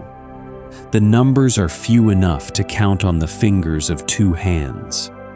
The age of the universe, the expansion rate, and the densities of ordinary and dark matter are among them. So are the amount of dark energy and the size of the primordial ripples, among a small handful of others. It is not the whole story. The very first instant remains beyond tested physics. The mechanism that drove inflation, if inflation happened, is unknown. The expansion rate discrepancy, the Hubble tension, has not been resolved. What most of the universe is made of, the dark matter and the dark energy, is unidentified. These are not small gaps. They are the live questions of the field. So the clear picture is calm. The broad arc of the hot Big Bang history is exceptionally well supported, about as firmly established as anything in science. The earliest phase, the inflationary mechanism, the expansion rate discrepancy, dark matter, and dark energy remain unresolved. The beginning and any before stay open, and that is fine. The story is not finished. It is, in the middle, very solid, and at the edges, very open, which is exactly the shape a living science should have. There is a large confession still to make, and it sits oddly beside all that confidence. We have worked out the broad history in beautiful detail, and yet, when it comes to what the universe is actually made of, we are almost entirely in the dark. Now for the humbling arithmetic. Everything we can see, every star and planet and cloud of gas, every galaxy and every image ever taken, all the ordinary matter that makes atoms and makes us, adds up to only about 5 parts in 100 of the universe. Just 5%. The rest, the overwhelming majority, is 2 kinds of something we cannot see and cannot yet explain. The first is called dark matter, and it makes up a bit more than 1/4 of everything. It gives off no light, which is why it stayed hidden so long. We know it is there by its gravity, and we know it from more than one kind of clue. Back in the 1970s, an astronomer named Vera Rubin said ROO Bin, working with Kent Ford, noticed that galaxies spin far too fast for the visible stars to hold them together. By all rights, the outer edges should fly off. Something unseen, something with a great deal of gravity, must be wrapped around each galaxy, holding it in one piece. That was the first strong clue, but it is no longer the only one. Dark matter also bends light. When a large amount of mass sits between us and a more distant galaxy, its gravity distorts the light of the background galaxy, smearing it into arcs and rings. Astronomers call this gravitational lensing, and by measuring the distortion they can map where the mass is, whether it shines or not. The maps show far more mass than the light accounts for, clustered exactly where dark matter should be. Galaxy clusters, too, move in ways that only make sense if they contain a great deal of unseen mass. The galaxies within them fly around so fast that the cluster would fly apart without something heavy and invisible holding it together. The most striking single piece of evidence is a collision. 2 clusters of galaxies, known together as the Bullet Cluster, crashed into each other long ago. As they passed through, the hot, ordinary gas in each slammed into the gas of the other and slowed down, piling up in the middle. But the mass, mapped by gravitational lensing, continued with the galaxies and ended up on the 2 sides. The mass and the glowing gas separated. That separation is difficult to explain with visible matter alone and strongly supports a collisionless gravitating component. It is one of the clearest observations in favor of dark matter. But no single cluster identifies the particle or settles every possible alternative by itself. The Afterglow itself agrees. The acoustic peaks in the oldest portrait, those resonant patches, depend on how much ordinary matter there is and how much of the unseen heavy kind. Reading the peaks gives roughly 5% ordinary matter and roughly 27% of the unseen heavy kind, matching what the other methods find. And dark matter did more than hold galaxies together. It gathered those faint ripples in the infant glow into the first structures, providing the scaffolding on which the galaxies grew. Without it, the ripples would not have condensed fast enough in the age of the universe to make the cosmos we see.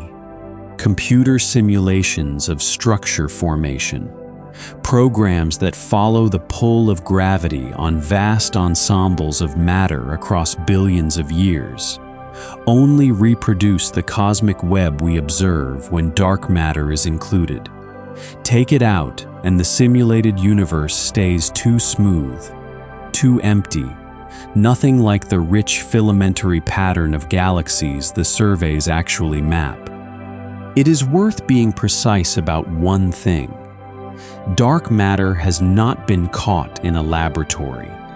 No dark matter particle has been conclusively identified, despite decades of careful experiments in deep underground detectors, looking for the rare occasion when one of these particles, if they exist, nudges an atomic nucleus.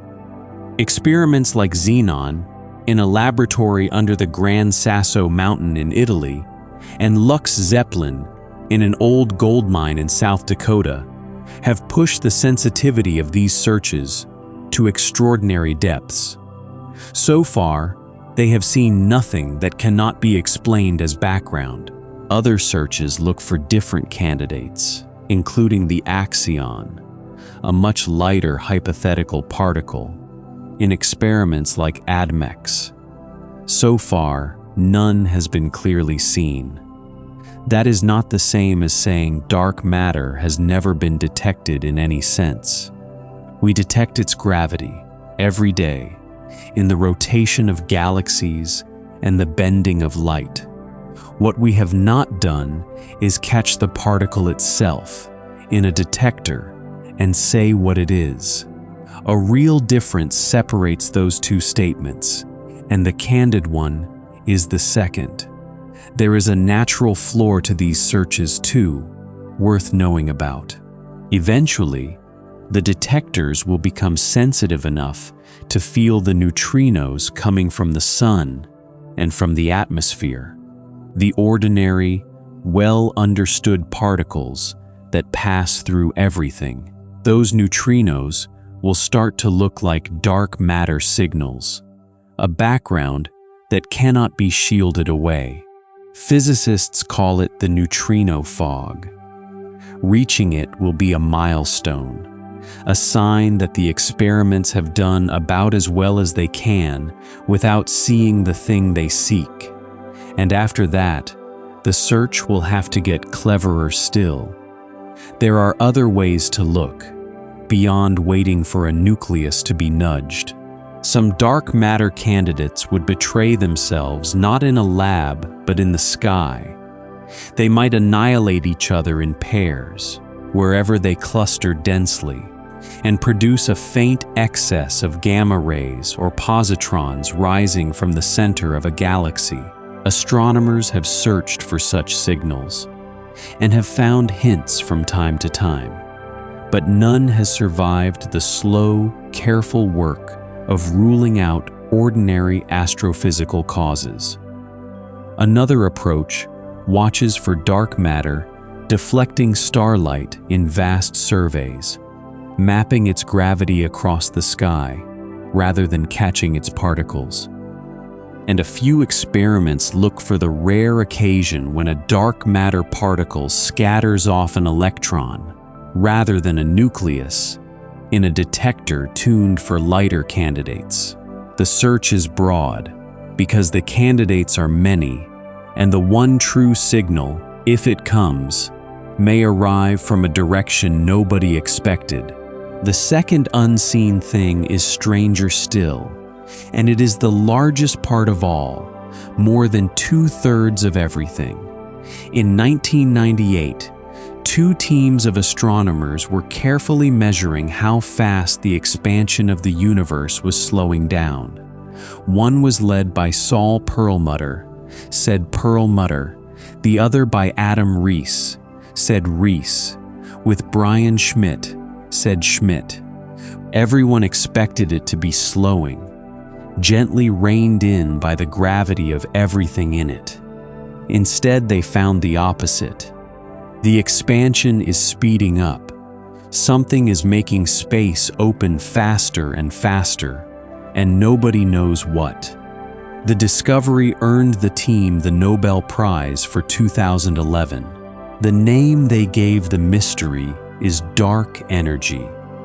And it is worth understanding what the name does and does not mean. It is not the name of a substance that has been caught and weighed. It is the name for whatever it is that causes, or at least describes, the observed accelerated expansion within the model. The simplest candidate is the cosmological constant, the same kind of term Einstein once added by hand and then took back. In this picture, empty space itself carries a small, constant amount of energy, and that energy stretches space outward, gently, everywhere. Another possibility is that the energy is not constant, but changes over time, a dynamical field, sometimes called quintessence. A third possibility is that the whole picture needs revising, that the acceleration is a sign our model of gravity is incomplete on the largest scales. The candid answer is that we do not know which. Dark energy is the majority of the universe, and it is a blank, a placeholder for an answer we have not yet found. So step back and look at the ledger. The part of the universe we can see and understand is a thin, bright froth on top. For every handful of the cosmos one could ever touch or name, 20 more handfuls are made of things without confirmed names, felt only as a pull and a push. We have drawn a detailed map of how it all began, and we are standing in the middle of it, admitting we do not know what most of it is made from. That could sound bleak. It is the opposite. It means the story is nowhere near finished. The people who will work out what dark matter is and what dark energy is may be alive right now. Some of them may be children, lying awake under a ceiling, wondering. The universe has kept most of itself back, not to frustrate us, but the way a good long book keeps most of its pages ahead of the one being read. So the cosmos hands us a nearly complete story of its broad history, and in the same breath, a reminder that most of what it is remains unknown. That is not a gap to fear. It is simply room, enormous and still, left to wonder in. There is one more part worth telling, and it runs forward rather than back, toward the first light the universe ever made on its own. Return to the moment the fog cleared, when the afterglow set out. For a long while after that, the universe was dark, not opaque anymore, simply unlit. There were no stars yet, only vast, cooling clouds of that first hydrogen and helium, drifting in a darkness with nothing to shine in it. Astronomers call this stretch the cosmic dark ages, and it lasted a very long time, perhaps a few 100 million years. But gravity is patient, and it never stops working. Slowly, in the densest knots of gas, the clouds pulled themselves together, tighter and hotter, until deep in their hearts the pressure lit a fire. The first stars switched on. After ages of darkness, the universe made its own light for the first time. It is sometimes called cosmic dawn, and it is a fair name. The first morning, after the longest night there ever was, those first stars were not like the suns of today. Astronomers call them Population 3, the oldest generation, and they were made almost entirely from the light gases left by the beginning, with none of the heavier elements that help a modern star keep cool. Because of that, many may have grown into giants, blazing blue-white and burning through their lives in a cosmic blink. Their fates were not all the same. Some exploded as supernovae, and scattered newly forged elements into space. Others may have collapsed directly into black holes without a final flash. The details are still being worked out. Most of the carbon, oxygen, nitrogen, calcium, phosphorus, and iron in a body was forged inside stars and scattered when earlier generations died.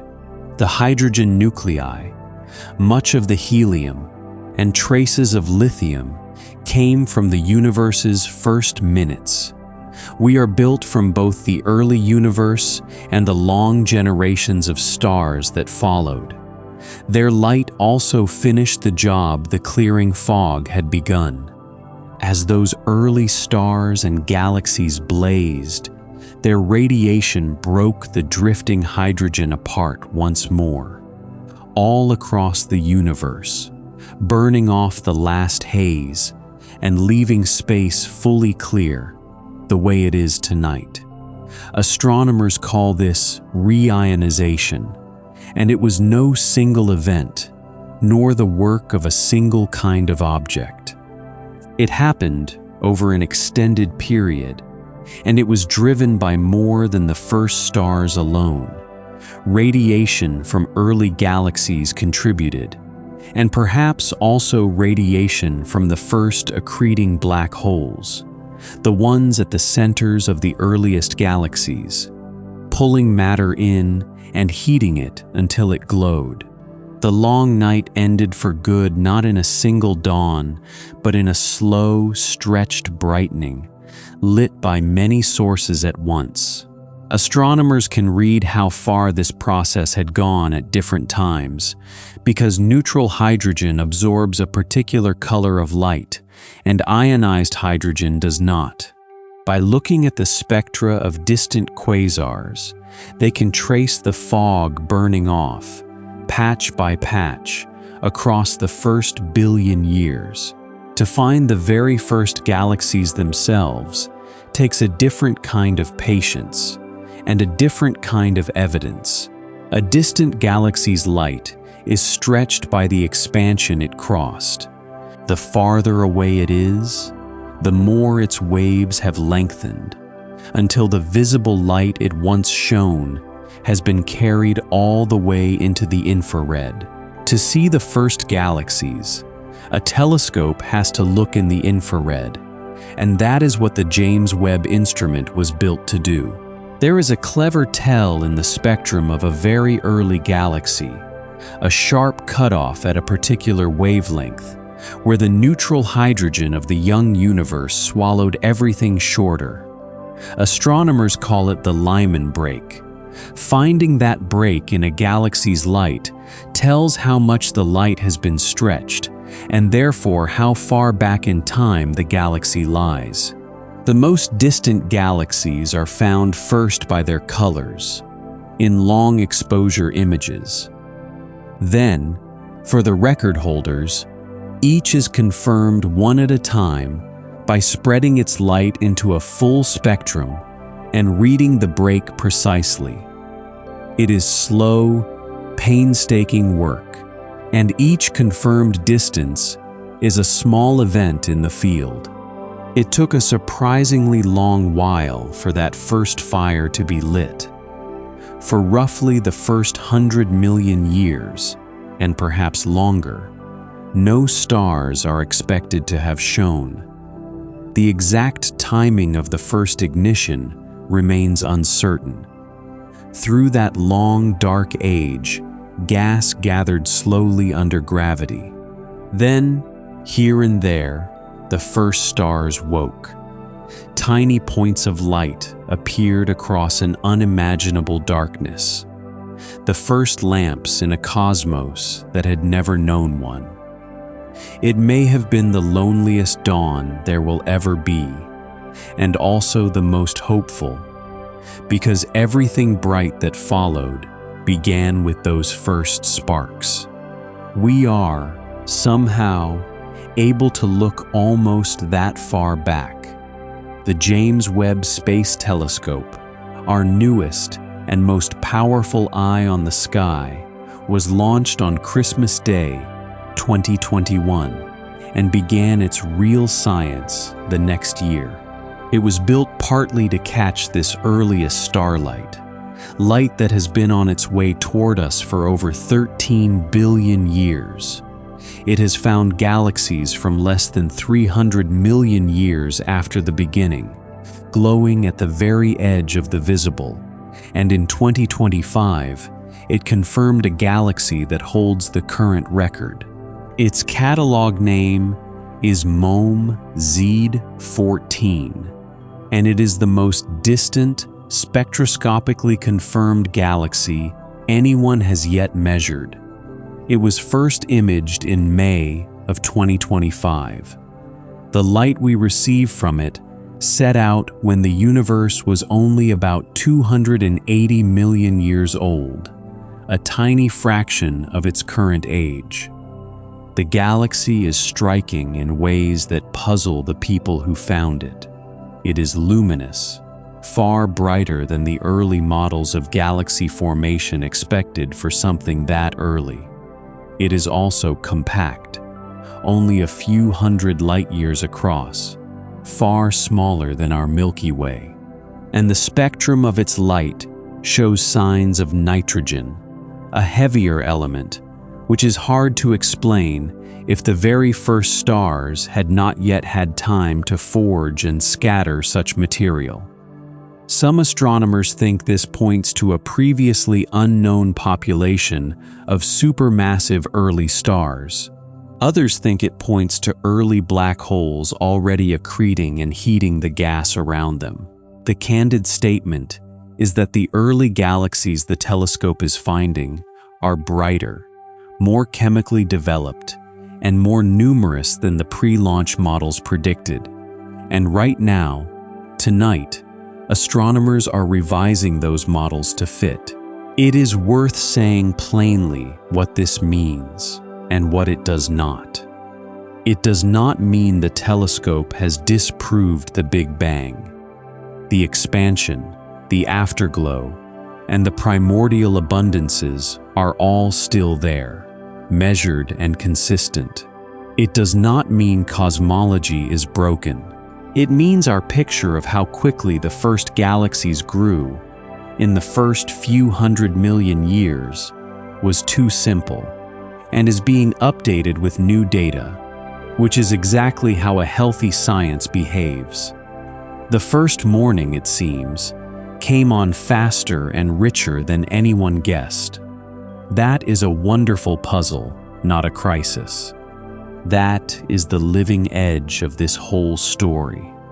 Not a closed book, but an open one, still being written. And that first starlight, kindled when the universe was young, is only now arriving, faint and patient, in the great mirrors we built to catch it. So we have come all the way back, as far as anyone can go. We followed a hiss in the static, down to the afterglow of creation, and stood at the wall of light, beyond which no photon could travel freely.